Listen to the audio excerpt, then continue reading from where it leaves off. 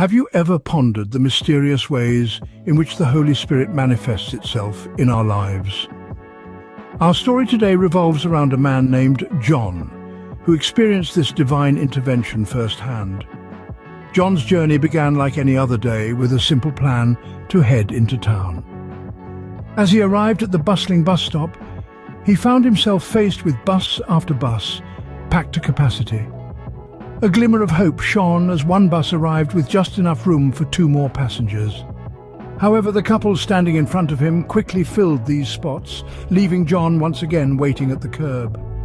As the next bus pulled up, John was prepared to board, his $10 note clutched tightly in his hand. But in a twist of fate, a gust of wind swept his money away, sending him scrambling after it. The bus, unable to wait, pulled away without him. With his recovered $10 note, John boarded the next bus. As they travelled down the road, they came upon a jarring sight. A bus accident. John's heart sank as he recognized it as the very bus he had intended to board.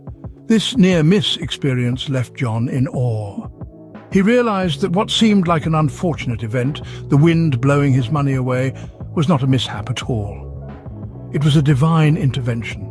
It was the Holy Spirit working in a mysterious way to protect him from harm. This story of John serves as a poignant reminder that even when things don't seem to be going our way, there may be a greater purpose behind it.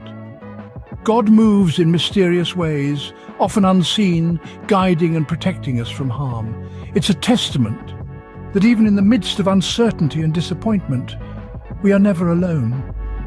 Our lives are filled with invisible threads of divine grace, woven by the Holy Spirit. It's essential to remember that even when we don't see it, God is working behind the scenes, orchestrating events for our good. So the next time you find your plans disrupted or your path diverted, take a moment to consider.